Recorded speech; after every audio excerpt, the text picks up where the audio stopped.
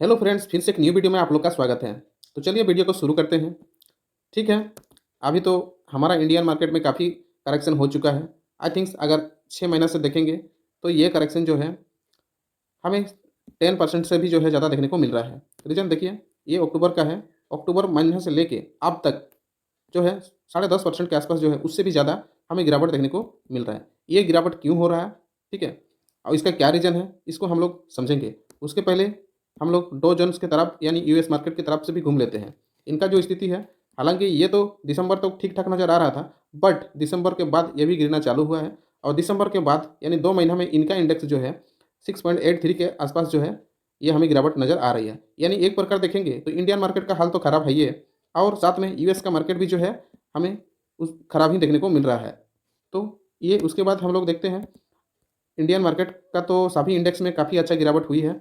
Last 6 महीने का बात करेंगे, निफ्टी 50 चाहिए, बैंक निफ्टी, सेंसेक्स, बाकी और आईटी सेक्टर, फार्मा सेक्टर सभी में जो है हमें गिरावट ही देखने को मिला है। और अगर कल का बात करेंगे तो और एक बैड न्यूज़ देखने को मिला है, जो ट्रम्प बीच-बीच में कभी-कभार अच्छा खासा कमेंट कर देते हैं, जिस वजह से हमें स्टॉक मार्केट में गिरावट देखने को मिलता है। क्योंकि अभी उनका जो है प्रेसिडेंट ट्रम्प साहब बने हुए हैं, तो उनका कमेंट्री की वजह से भी जो है अमेरिकन मार्केट किस तरह से धराशायी हुआ है, आप लोग देख लीजिए। देखिए डॉ जोन्स में देखिए 700 पॉइंट की एक दिन में करेक्शन हो चुकी है। एस&पी 500 में भी देखिए 1.5% के आसपास जो गिरावट देखने को मिला है। ओवरऑल उनका अगर देखेंगे ना यूएस मार्केट में, तो लगभग 1.5% से 2% तक की गिरावट हमें देखने को मिल रहा है। यानी सोचिए, हालाँकि इंडियन मार्केट से उसका डायरेक्टली तो कनेक्ट नहीं रहता है, बट इनडायरेक्टली कुछ ना कुछ कनेक्टेड रहता है। इनका चार्ट कभी भी फुर्सत मिलेगा तो डॉ जोन्स का चार्ट और निफ्टी 50 का चार्ट आप लोग मिला के देख लीजिएगा, कंपेयर करके, दोनों में लगभग सेम दिखाई देता है। तो ये 70 से 80% लगभग मैच कर जाता है। तो ये अमेरिका का भी हालचाल देख लिया। नेक्स्ट देखते हैं यूरोपियन का मार्केट में भी जो है हमको नेगेटिव ही दिखाई दे रहा है। ये यूरोपियन मार्केट का हालचाल है, ठीक है? इनका भी जो है हमें नेगेटिव देखने को मिल रहा है। तो इससे आप लोग को क्या समझ में आया? इससे यही समझ में आता है कि अभी जो है इंडियन मार्केट तो बुरी तरह से गिर चुका है और यूएस मार्केट में भी हमें गिरावट देखने को मिला है। कल तो और अच्छा खासा गिरावट हुआ था, तो इसका इफ़ेक्ट तो अभी तो क्लोज़ है, मंडे को खोलेगा। मंडे को मार्केट ओपन होगा तो देखना पड़ेगा हमारा इंडियन मार्केट किस तरह से बिहेवियर करती है। साथ में हम लोग यूरोपियन का मार्केट देखें, उसमें भी जो है हमें नेगेटिव ही देखने को मिल रहा है। यानी एक प्रकार देखा जाए इंडियन मार्केट के साथ-साथ ग्लोबल मार्केटों में भी जो है काफ़ी अच्छा हमें गिरावट देखने को मिल रहा है। अभी देखिए इन सब कुछ स्टॉक को मैंने उठा के लाया है। अब इन स्टॉक में क्या करना होगा? इस गिरावट के माहौल में क्या करना होगा? देखिए पहली बात तो मैं कहना चाहूँगा, अगर आप बिज़नेस को समझते हैं, बिज़नेस को समझ के अगर स्टॉक बाय किए हैं, तो आपको एक अच्छा रिटर्न मिल सकता है। लेकिन उसके लिए जो है ना आप लोग का क्या होता है जानते हैं, होल्ड करने की जो पेशेंस है, आप लोग होल्ड नहीं कर पाते हैं। और दूसरा गलती क्या है कि आप लोग जो है बिज़नेस को नहीं समझ पाते हैं कि कौन-सा हमको बाय करना चाहिए, कौन-सा नहीं करना चाहिए। पहली बात, उसका बैलेंस शीट क्या है, कैसा नहीं है, इस चीज़ को देखना पड़ेगा। सारा कुछ एनालिसिस करने के बाद ही हमें कंपनी में जाना होता है। तो इसमें देखिए ये कंपनी है केपीआई ग्रीन, जो कि अच्छा खासा प्रॉफ़िट बना के दे चुका था अपना शेयर होल्डर को। लेकिन उसके बाद 6 महीना से जो ना ये स्टॉक 26.02 के आसपास जो है हमें गिरावट देखने को मिल रहा है। तो इसमें तो अच्छा खासा गिरावट हो चुका है। इसके बाद भी जो है इसके बाद है इंडियन रेलवे आईआरएफसी के जिसके नाम से जाना जाता है। इस स्टॉक में भी देखिए 6 महीना में कितना भयानक गिरावट हमें देखने को मिल रहा है। ये स्टॉक तो लगभग 200 से 211 के आसपास ये ट्रेड कर रहा था। उसके बाद किस तरह से ये गिरावट हुआ है वो आप लोग के सामने ये चार्ट बता रहा है। तो आईआरएफसी में भी काफ़ी अच्छा गिरावट हो चुका है। सेम देखिए इनका चार्ट पैटर्न, सब स्टॉक का सेम चार्ट पैटर्न है, देखिए इस तरह से। उसके बाद अगर देखेंगे तो आरवीएनएल भी देखिए 600 से ऊपर ट्रेड कर रहा था। आरवीएनएल ये 600 से ऊपर ट्रेड कर रहा था और उसमें भी सेम जो है हमें गिरावट देखने को मिल रहा है और उसमें भी लगभग रफली पकड़ेंगे तो ये 38% के आसपास उसमें भी हमें गिरावट देखने को मिल रहा है। यानी एक प्रकार देखेंगे तो 6 महीना से हमें कोई भी स्टॉक में, गवर्नमेंट सेक्टर का खास करके कोई भी स्टॉक में हमको रिटर्न देखने को मिला ही नहीं है। ये भी एक स्टॉक है, आईआरसीटीसी का स्टॉक है। ये तो 1000 के ऊपर से ये स्टॉक ट्रेड कर रहा था। लेकिन अभी क्या है, अभी 780 के आसपास ये ट्रेड कर रहा है। यानी एक प्रकार हम लोग देखें तो इन इराडा में देखिए, इराडा में भी सेम सिनेरियो देखने को मिलता है। मतलब 30 से 40 के बीच जो है ये स्टॉक एनटीपीसी ग्रीन एनर्जी, उसमें भी देखिए 6 महीना में जो है 5% के आसपास जो है हमें नेगेटिव रिटर्न देखने को मिल रहा है। हालाँकि ये तो खैर न्यू कंपनी है, इसलिए इसका पिटाई कम हुआ है, ठीक है? और तो अब देखिए फाइनल मुद्दे पे आते हैं, अभी करना क्या है?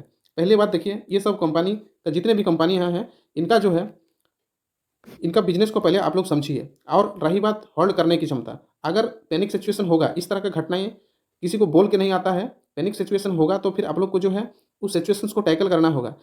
फिर नहीं तो फिर आप लोग बाय करते रहिएगा, सेल करते रहिएगा, कभी कुछ होने वाला नहीं है, ठीक है? तो उस स्थिति में क्या है कि अभी आप लोग एक तो बाय एंड डिप्स कर सकते हैं। अच्छा कंपनी अगर किसी के पोर्टफोलियो में है तो और नहीं है तो फिर आप लोग होल्ड कीजिए। आप लॉस से निकलते रहेंगे, बाय करते रहेंगे, फिर लॉस होगा आप लोग सेल करते रहेंगे, क्योंकि स्टॉक मार्केट एक ऐसा चीज़ है, आपको कोई टॉप और बॉटम बता के नहीं देगा कि सर यहाँ पे बाय कीजिए, और जो बता के देता है तो सोचिए वो गलत बता रहा है। यहाँ पे बाय कीजिए और ऊपर जाएगा तो आप लोग सेल कीजिए। ऐसा स्टॉक मार्केट में होता ही नहीं, किसी के पास इस चीज़ की जानकारी नहीं होता है। आज कुछ हुआ, आज ठीक ठाक हमको प्रॉफिट दिया, हो सके कल इस पर कोई बैड न्यूज़ आ गया तो फिर ये करेक्शन होना शुरू हो जाएगा। उस स्थिति में आप क्या कीजिएगा? कितना गिरावट हो चुका है इसके पहले भी। हालाँकि मैंने तो 2000 कोरोना वाला गिरावट देख चुके हैं, 2020 वाला गिरावट तो मैंने देख चुके हैं। उसके पहले जो है 2008 में भी एक भयंकर गिरावट हुआ था, ठीक है? तो उस टाइम हम लोग मार्केट में नहीं थे। लेकिन ये तो गिरावट देखें, लेकिन क्या इंडेक्स वहीं पे था। इंडेक्स अब गिर के 8000 के आस-पास जो है ट्रेड कर रहा था। आप सोचिए 4 साल में ये इंडेक्स कहाँ चला गया? 26,000 को भी पार कर चुका था। लेकिन अब फिर से वापस मामूली से 3000 के आस-पास जो है हमें गिरावट देखने को मिल रहा है इंडेक्स में। तो ये आज 23,000 है, इसका मतलब ये नहीं कि कल तक 26,000 नहीं जाएगा। कल भी 26,000 ये जाएगा, 26,000 को पार करेगा, इंडेक्स आगे चलते रहेगा। इंडेक्स हमेशा ऐसे गिरावट आएगा, फिर ऐसे तेज़ी होते हुए ऊपर डायरेक्शन में ही हमको फाइनली देखने को मिलेगा। तो इसलिए जिसका भी पोर्टफोलियो में अभी गिरावट हो रहा है, ऐसा नहीं कि जनरली का पोर्टफोलियो में गिरावट हो चुका है। तो अगर गिरावट है, कंपनी अगर आपका अगर सिलेक्शन अच्छा है, बिज़नेस को आप समझ के कंपनी के ऊपर भरोसा है, ये जो मामला है, ये कोई कंपनी का इंटरनली मामला नहीं है कि मैंने इस स्टॉक को मान लेते हैं रैंडमली खरीद लिए हैं और इसमें गिरावट है। इसका कोई व्यक्तिगत मामला तो है नहीं, किसी का इंटरनली मामला है नहीं कंपनी में। ये क्या है, एक्सटर्नल एक्सटर्नल मैटर है। इस वजह से, क्योंकि इंडेक्स गिर रहा है, इस वजह से ये सब स्टॉक में भी जो है हमें गिरावट दिख रहा है। तो यही एक है कि आप लोग अगर अच्छा कंपनी में इन्वेस्टमेंट करके बैठे हैं, तो मैं तो कहूँगा कि आप लोग होल्ड कर सकते हैं। ऐसा मार्केट में अगर आया हो, न्यू कोई है, तो उनको भी इस चीज़ का जो हैबिट हो जाना चाहिए कि मार्केट में गिरावट होता है बोल के भी कुछ चीज़ है, इसको भूलना नहीं है, ठीक है? और इसको कैसे टैकल करना पड़ेगा, इस चीज़ को जो है आप लोग नोट करके रखिए, ठीक है? तभी जाके आप लोग स्टॉक मार्केट से पैसा बना पाइएगा।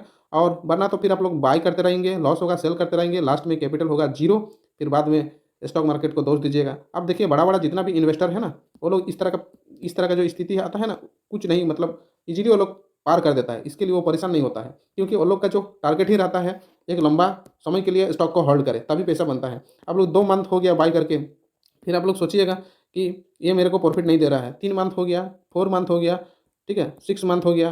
देखिए, एक इन्वेस्टर का मतलब ये नहीं होता है कि आप 2, 3, 4, 6 महीने के लिए इन्वेस्टमेंट करो। एक इन्वेस्टर का एक नज़ारा ही होता है कि वो काफ़ी लंबा दिनों तक उस स्टॉक को होल्ड कर सकता है। जब आप लोग कम से कम, हम तो कहेंगे कि कोई कहता है कि 5-10 साल, अरे एटलीस्ट तो आपको 3 साल कम से कम होल्ड करना होगा, कम से कम, तभी आप लोग इन्वेस्टमेंट कीजिए। वरना इस तरह की गिरावट में आप लोग फिर निकल जाइएगा लॉस लेके, तो उससे फ़ायदा है आप लोग बैंक में जाइए, सेफ रहिए, एफडी कीजिए, है ना? बाकी और बहुत कुछ स्कीम चलता है, उसको देखिए। तो ठीक है गाइज, इस तरह का इन्फॉर्मेशन वीडियो को पाने के लिए इस चैनल को सब्सक्राइब करके रख सकते हैं।